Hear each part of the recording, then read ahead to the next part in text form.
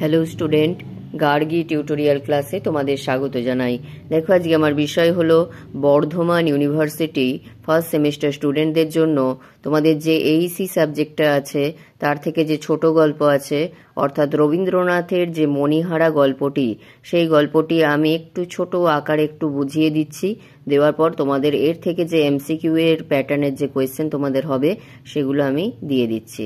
তো মণিহারা যে গল্পটা, এটা একটি অতিপ্রাকৃত গল্প এবং এটা সম্পর্কে একটু জেনে রাখো। এটা হচ্ছে ভারতী পত্রিকায় প্রকাশিত হয়েছিল এবং অতিপ্রাকৃত শব্দের অর্থ আগে তোমাদের জানতে হবে।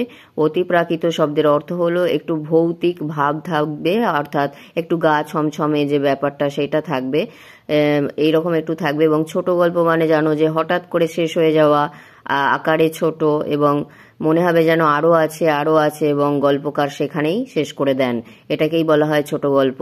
এবং এটা একটি অতিপ্রাকৃত গল্প, অর্থাৎ এখানে একটু ভৌতিক ভাব আছে। এটা 1305 বঙ্গাব্দের অঘ্রাণ মাসে যে মণিহারা গল্পটি প্রকাশিত হয়েছিল, সেইটুখানি বলে দিলাম। আর এছাড়া হচ্ছে গল্পের মধ্যে আছে ফণীভূষণ সাহা, আছে একজন ব্যক্তি যিনি পাটের ব্যবসা করতেন এবং তিনি তার স্ত্রীকে খুবই ভালোবাসতেন। তার স্ত্রীর নাম ছিল মণিমালিকা এবং মণিমালিকার যে আসল নাম সেটা হচ্ছে নৃত্যকালী। এবং তিনি একবার ব্যবসায় নেমে হঠাৎ করে ব্যবসায় লোকসানের ফলে তার স্ত্রীর যে গহনাগুলি এতে হাত পড়াতে তার স্ত্রী সেখান থেকে চলে গিয়েছিল। এবং তিনি কিন্তু প্রথমে তার স্ত্রীকে এতটাই ভালোবাসতেন, সে না চাইতেও তাকে কিন্তু অনেক অলংকার অনেক গহনা গড়িয়ে দিয়েছিলেন, কিন্তু খুবই ভালো মানুষ ছিলেন। কিন্তু তার স্ত্রী তার এই ভালোবাসাটি বুঝতে পারেনি। তাই সে যখন তার স্বামীর ব্যবসায় যখন লোকসান হয়েছে, তখন তার পাড়াতুতো একটা দাদা সেখানে কাজ করত, সে জানিয়ে দিয়েছিল যে তার যেহেতু তার স্বামীর ব্যবসায় লোকসান হয়েছে, এবার তার সমস্ত গহনা কিন্তু তিনি নিয়ে নিতে পারেন।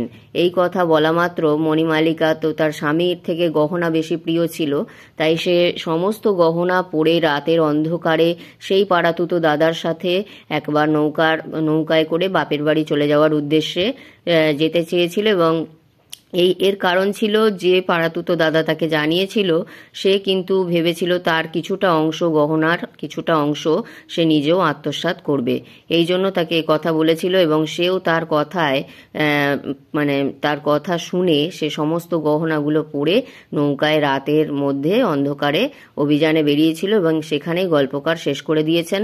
অর্থাৎ সেখানে তার মৃত্যু হলো বা কি হলো সেটা নিয়ে আর কিন্তু বেশি এগোননি। যাকে এবার আমরা এই এমসিকিউ প্যাটার্নের কোয়েশ্চেনগুলো করতে করতেই তোমরা বাকিটা বুঝিয়ে দিচ্ছি এবং বুঝে যাবে। দেখো, মণিহারা গল্পটির প্রকাশ সাল হচ্ছে তোমার 1898 ডিসেম্বর 1305 বঙ্গাব্দের অগ্রহায়ণ। যদি বাংলার বলা হয় তাহলে 1305 বঙ্গাব্দের অগ্রহায়ণ এবং হচ্ছে 1898 ডিসেম্বর। মণিহারা গল্পটি প্রকাশিত হয় ভারতী পত্রিকায়। মণিহারা কোন জাতীয় গল্প? এটা অতিপ্রাকৃত গল্প। অতিপ্রাকৃত মানে বললাম যে একটু গা ছমছমে বা একটু ভুতুড়ে যে ব্যাপারটা সেটা থাকবে। এবং দুর্গামোহন সাহা ছিলেন ফণীভূষণের পিতৃব্য। আচ্ছা, ওই যে গল্পটা আমি বললাম, এরপরে আরও ব্যাপার আছে। যখন মণিমালিকাকে ওখানে মারা গেল বা কিছু, হঠাৎ করে ফণীভূষণ তার চিন্তায় মগ্ন হয়ে থাকে এবং সে সারা রাত তার স্ত্রীর জন্য অপেক্ষা করতে থাকে এবং পায়ের যে নূপুরের আওয়াজ ছমছম করে আসছে, আলো হাতে নিয়ে আসছে, এইরকম সে অনেক কিছুই কল্পনা করতে থাকে। তো গল্পের মধ্যে অনেকটাই বড়, অনেক কিছুই আছে, তো অতটা বলা এখন সম্ভব নয়, মোটামুটি একটু বুঝিয়ে দিলাম। তারপরে একদিন ডেকে নিয়ে যায় তাকে, ফণীভূষণকে ডেকে নিয়ে যায়, অর্থাৎ তার পিছনে পিছনে মণিমালিকা যে প্রদীপ হাতে নদীতে নেমে যায়, শেষে ফণীভূষণও তার সাথে সাথে তন্দ্রাচ্ছন্ন অবস্থায় যেন পিছনে পিছনে যেতে চায় এবং যেতে গিয়ে হঠাৎ করে যখন জলে পা দেয় তখনই তার তন্দ্রা ভেঙে যায়। তো এইরকম একটা গল্প এখানে আছে। তো দেখে নাও, দুর্গামোহন সাহা ছিলেন ফণীভূষণের পিতৃব্য। আর প্রথম যেদিন মণিমালিকার কঙ্কালের আবির্ভাব ঘটে সেই দিনটি ছিল কোন দিন? জন্মাষ্টমীর তিথি। তারপর এখানে দেখো, মণিমালিকা গৃহত্যাগ করেছিলেন কার সাথে? মধুসূদনের সঙ্গে। ওই যে পাড়াতুতো দাদাটা, তার নাম হচ্ছে মধুসূদন। কুচবিহারের মহারানী সুনীতি দেবীর অনুরোধে ভূতের গল্প শোনার পটভূমিকা যে গল্পের, সেই গল্পের নাম হচ্ছে মণিহারা। রবীন্দ্রনাথ এনার অনুরোধে যে একটা গল্প সৃষ্টি করেছিলেন সেটা হচ্ছে মণিহারা। এবার হচ্ছে দেখো, মণিহারা যেন ফণিভূষণের উদগ্র কামনার প্রতিফলন, তেমনি অন্য একটি গল্প হলো নিশীথে। আরও একটি গল্প আছে, সেটা হচ্ছে ওই রকমই ভৌতিক অর্থাৎ অতিপ্রাকৃত গল্প রবীন্দ্রনাথের, সেটার নাম হচ্ছে নিশীথে। এরপর দেখো, মণি ওরফে মণিমালিকার আসল নাম কি? মণিমালিকার আসল নাম হচ্ছে নৃত্যকালী। সে নিজের অপরূপ যৌবনশ্রী হইতেও যেন লেশমাত্র অপব্যয় ঘটিতে দেয় নাই। কোন গল্পে কার সম্বন্ধে বলা হয়েছে? মণিহারা গল্পে মণিমালিকার সম্পর্কে বলা হয়েছে, মানে সে অপূর্ব সুন্দরী ছিল। কঙ্কাল নদীতে নামিল, কার কঙ্কাল? মণিমালিকার কঙ্কাল।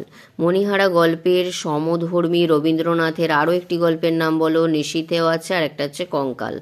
ফণিভূষণের জন্মস্থান ও বাণিজ্য স্থানের নাম কি? ফুলবেড়ে। তাহলে হচ্ছে ফণিভূষণ কোথায় জন্মগ্রহণ করেছিলেন? ফুলবেড়েতে, এবং তার বাণিজ্য স্থান কোথায় ছিল? ফুলবেড়ে। আচ্ছা, মণিহারা গল্পে ফণিভূষণের স্ত্রীর নাম হচ্ছে মণিমালিকা। বোটের ছাদের উপর মাঝি কি পড়ছিল? নামাজ পড়ছিল। বাংলাদেশের অধিকাংশ বিদেশি চাকরের চেহারা হলো বহুকাল জীর্ণ সংস্কারবিহীন চেহারা। তারপরে দেখো, এখানে আছে কাঁচা আম, ঝাল লঙ্কা এবং কড়া স্বামী যে ভালোবাসে তার নাম হলো স্ত্রী জাতি। মানে স্ত্রী জাতি কেমন স্বামী ভালোবাসে, এইরকম। তারপরে দেখো, শিঙে শান দেবার জন্য হরিণ খোঁজে শক্ত গাছের গুঁড়ি। তাহলে হরিণ শিঙে শান দেবার জন্য কীরকম গাছের গুঁড়ি খোঁজে? শক্ত গাছের গুঁড়ি খোঁজে। তারপরে দেখো, বিনা, আসলে এটা হচ্ছে ফণিভূষণ সাহাকে বলেছে, মানে তিনি তার স্ত্রীকে তো ভালোবাসেন কিন্তু দুর্বলতার সহিত ভালোবাসেন, তার মধ্যে যে কড়া ভাব সেটা কিন্তু ছিল না, সেই উদ্দেশ্যে বলা হয়েছে। বিনা চেষ্টায় আদর, বিনা অশ্রুবর্ষণে ঢাকাই শাড়ি, বিনা দুর্জয় মানে বাজুবন্ধ লাভ করিত। কে কার কাছ থেকে লাভ করতো? মানে সে কখনো চাইতো না, মণিমালিকা তার স্বামীর কাছে চাওয়ার আগেই সে ভালোবাসা পেয়েছে, এবং না কেঁদেই সে ঢাকাই শাড়ি পেয়ে গেছে, এবং বিনা দুর্জয়তেই তিনি বাজুবন্ধ মানে গয়না লাভ করেছে। অর্থাৎ সেটা হচ্ছে কে কার কাছ থেকে লাভ করতো? মণিমালিকা ফণিভূষণের কাছ থেকে লাভ করতো। না চাইতেই যদি কেউ বেশি পেয়ে যায় তখন তার আর চাওয়ার দরকার পড়ে না, এবং তার কাছে অন্যের গুরুত্বটাও কমে যায়, সেটাই এখানে বোঝানো হয়েছে। তখন ফণিভূষণ চোখ মেলিল এবং দেখিল। চোখ মেলে কি দেখল? নবোদিত দশমীর চন্দ্রালোকে চৌকির ঠিক সামনে কঙ্কাল দাঁড়িয়ে আছে। এবার দেখো, মণিমালিকা ঘন পল্লবিত অতি সতেজ লতার মতো নিষ্ফলা। নিষ্ফলার কারণ কি? সন্তান না থাকা, তার সন্তান ছিল না, মণিমালিকার কোনো সন্তান ছিল না। নিকটবর্তী ঝোপের মধ্যে থেকে উচ্চ স্বরে চিৎকার করে উঠেছিল কে? শৃগাল। ফণিভূষণের ব্যবসায় ক্রেডিট রাখা কঠিন হওয়ায় 5 দিনের মধ্যে 1.5 লাখ টাকার প্রয়োজন হওয়াকে কি বলে? ফাঁড়া। মণিমালিকার দূর সম্পর্কের ভাইয়ের নাম কি ছিল? মধুসূদন, যার সাথে সে চলে গিয়েছিল। মধুসূদন কার কুঠিতে কিসের কাজ করত? ফণিভূষণের গোমস্তার কাজ করত। তাহলে মধুসূদন ফণিভূষণের জায়গাতেই গোমস্তার কাজ করত, সেই জন্যই সে খবরটা দিয়ে দিয়েছিল যে ব্যবসায় লস হচ্ছে। তারপরে দেখো, বাবু কখনোই টাকা সংগ্রহ করিতে পারিবেন না, শেষকালে তোমার এই গহনাতে টান পড়িবেই। কে কাকে বলেছিল? মধুসূদন বলেছিল, মণিমালিকাকে বলেছিল। মধুসূদন মণিমালিকাকে গহনা নিয়ে বাপের বাড়ি চলে যেতে বলেছিল। কেন? গহনার কিছু অংশ আত্মসাৎ করবে বলে। তাহলে নিজের লোভেই সে তাকে এই পরামর্শ দিয়েছিল। তারপরে দেখো, গভীর রাতে যখন যাত্রাগান থেমে গিয়েছিল তখন ফণিভূষণ কি করছিল? জানলার কাছে বসেছিল। জন্মাষ্টমীর দিন ফণিভূষণের দারোয়ান দেউড়ি বন্ধ করে কোথায় গিয়েছিল? যাত্রা শুনতে। কঙ্কাল কোথায় নেমেছিল? তার সঙ্গে কে ছিল? নদীতে নেমেছিল, তার সঙ্গে ছিল ফণিভূষণ। ওই যে বলেছিলাম পিছনে পিছনে যাচ্ছিল ফণিভূষণ তন্দ্রাচ্ছন্ন অবস্থায়। জলস্পর্শ করা মাত্র ফণিভূষণের কি হলো? তন্দ্রা ছুটে গেল। তাহাকে দেখিবা মাত্র নব্যবঙ্গ বলিয়া ঠাহর হইত। তাহাকে বলতে যাকে বলা হয় তার নাম হচ্ছে ফণিভূষণ। এই জাগরণী স্বপ্ন, এই জগৎই মিথ্যা। কাকে দেখার পর কার এইরূপ অনুভূতি হয়েছিল? মণিমালিকাকে দেখার পর ফণিভূষণের এইরূপ অনুভূতি হয়েছিল। মহাশয় কোথা হইতে আগমন? কে কাকে কথা বলেছে? গল্পকথক স্কুল মাস্টার ফণিভূষণ সাহাকে বলেছে। মণিমালিকা পরামর্শের জন্য কাকে ডেকেছিল? মধুসূদনকে ডেকেছিল। ব্যামো হইলে অ্যাসিস্ট্যান্ট সার্জেন্টকে ডাকা হইত। কার ব্যামো? কে অ্যাসিস্ট্যান্ট সার্জেন্টকে ডাকতো? মণিমালিকার ব্যামো ফণিভূষণ ডাকতো। তারপর দেখো, কেবল স্বামীর আদরগুলো ছাড়া আর যাহা পাইয়াছি সমস্তই জমা করিয়া রাখিয়াছি। কোথায় কে কি জমা করে রেখেছে? সিন্ধুকে মণিমালিকার সোনার অলঙ্কারগুলো জমা করিয়া রাখিয়াছে। পরেরটা দেখো, এমন সময় একটা ঠকাঠক শব্দের সঙ্গে সঙ্গে গহনার ঝমঝম শব্দ শোনা গেল। শ্রোতা কে? শব্দটি কোথা থেকে শোনা যাচ্ছিল? ফণিভূষণ। শ্রোতা শব্দটা শোনা যাচ্ছিল নদীর ঘাটের কাছ থেকে। তখন চারিদিকে খোঁজ পড়িয়া গেল। কাদের খোঁজ পড়িয়া গেল? মণিমালিকা এবং মধুসূদনের। প্রত্যহ গড়ে 15 গ্রেন করিয়া কুইনাইন খাইতেছি। কুইনাইন কোন রোগের প্রতিষেধক? ম্যালেরিয়া। প্রত্যহ গড়ে 15 গ্রেন করিয়া কুইনাইন খাইতেছি। বক্তা কে? গল্পকথক। যে গল্পটা বলছেন যিনি, তিনি হচ্ছেন স্কুল মাস্টার। গল্পের শ্রোতা ফণিভূষণ সাহা বায়ু পরিবর্তনের জন্য কোথা থেকে এসেছিলেন? রাঁচি থেকে। গল্পের শ্রোতা কিসের ব্যবসা করেন? হরিতকি, রেশমের গুটি ও কাঠের ব্যবসা। তাহাকে একালে ধরিয়াছিল। তাহাকে ধরেছিল মানে ফণিভূষণ সাহাকে। তারপর দেখো, ফণিভূষণের টাইটেলটা মনে রাখবে, সাহা। আবার ঘরের মধ্যেও এক উপসর্গ জুটিয়াছিল। কার উপসর্গ জুটিয়াছিল? মণির গ্রাম সম্পর্কের ভাই মধুসূদনের। সুতরাং মণিমালিকার পরামর্শের জন্য তাহাকে তাহার মন্ত্রীকে ডাকিল। মন্ত্রীর নাম হচ্ছে মধুসূদন। তাহলে হচ্ছে মধুসূদন মানে তার পাড়াতুতো যে দাদা। ফণিভূষণের বাড়িতে কে কে ছিল? পিসি, মাসি ও অন্য আরও 5 জন ছিল।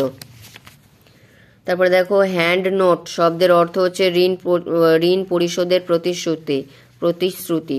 কে সে কর্তৃকে পিত্রালয়ে পৌঁছাইয়া দিতে রওনা হইল। কে কাকে নিয়ে রওনা হলো? মধুসূদন মণিমালিকাকে নিয়ে। সিঞ্জিত শব্দের অর্থ কি? অলঙ্কারের ধ্বনি। সেই শব্দ কোথা থেকে আসছিল? ঘাট থেকে মুক্ত দ্বারের মধ্যে প্রবেশ করছিল। কঙ্কাল, 8 আঙুলে আংটি, করতল, রতনচক্র, প্রকোষ্ঠে বালা, বাহুতে বাজুবন্ধ, মাথায় সিঁথি ইত্যাদি দেখতে পেয়েছিল। কে দেখতে পেয়েছিল? ফণিভূষণ। যে কঙ্কালটা ছিল সেটা ছিল মণিমালিকার এবং সেই সমস্ত গয়নাগুলো সে পরিহিত ছিল। তাহাকে দেখিয়া ইংরেজ কবি কোলরিজের সৃষ্ট প্রাচীন নাবিকের কথা মনে পড়িল। কোলরিজের কাব্যটির নাম হচ্ছে দ্য অ্যানসিয়েন্ট ম্যারিনার। তারপরে দেখো, গল্পের নায়ক ফণিভূষণ তার স্ত্রীকে কি বলে ডাকতো? মণি বলে ডাকতো, যেহেতু তার নাম মণিমালিকা ছিল। ফণিভূষণের পদবী কি ছিল? সাহা। সে কেবল গ্রহণ করিত, কিছু দিত না। কে গ্রহণ করিত কিন্তু দিত না? মণিমালিকা। কিন্তু কি দিত না? ভালোবাসা দিত না। কিন্তু তাহাকে একালে ধরিয়াছিল। কাকে একালে ধরিয়াছিল? ফণিভূষণকে। ফণিভূষণের জন্মস্থান কোথায় ছিল? ফুলবেড়েতে। বাজারে যেমন ক্রেডিট, ঘরে তেমনি ভালোবাসা। বাহুবল কেবলমাত্র রণক্ষেত্রে। তারপর দেখো, এখানে সাধারণত স্ত্রী জাতির কাঁচা আম, ঝাল লঙ্কা করা স্বামী ভালোবাসে। কোন গল্পের অংশ? মণিহারা গল্পের অংশ। The Rime of the Ancient Mariner কাব্যটি লিখেছেন কোলরিজ এবং মণিহারা গল্পটির গল্পকারের প্রথম শুনিয়াছিলেন। মণিহারা গল্পটি গল্পকার প্রথম শুনিয়াছিলেন কুচবিহারের মহারানীকে শোনাবার জন্য। ঠিক আছে, এই অবধি গেল তোমাদের যে প্রশ্নগুলো, অর্থাৎ মণিহারা গল্পটা আমি ক্লিয়ার করে দিলাম, তোমাদের একটু বুঝিয়েও দিলাম এবং তার সাথে যে সমস্ত এমসিকিউ প্যাটার্নের কোয়েশ্চেনগুলো হবে সেগুলো তোমাদের আমি বলে দিলাম। তাহলে যদি ভিডিওটি গুরুত্বপূর্ণ মনে হয় এবং ভালো লাগে একটি লাইক করে দিও এবং চ্যানেলে নতুন হলে বলবো অবশ্যই সাবস্ক্রাইব করে নিও এবং বন্ধুদের মধ্যে অনেক অনেক শেয়ার করে দিও যাতে প্রত্যেকে উপকৃত হয়। এটাই আমাদের চ্যানেলের লক্ষ্য। দেখা হচ্ছে আবার পরের ভিডিওতে।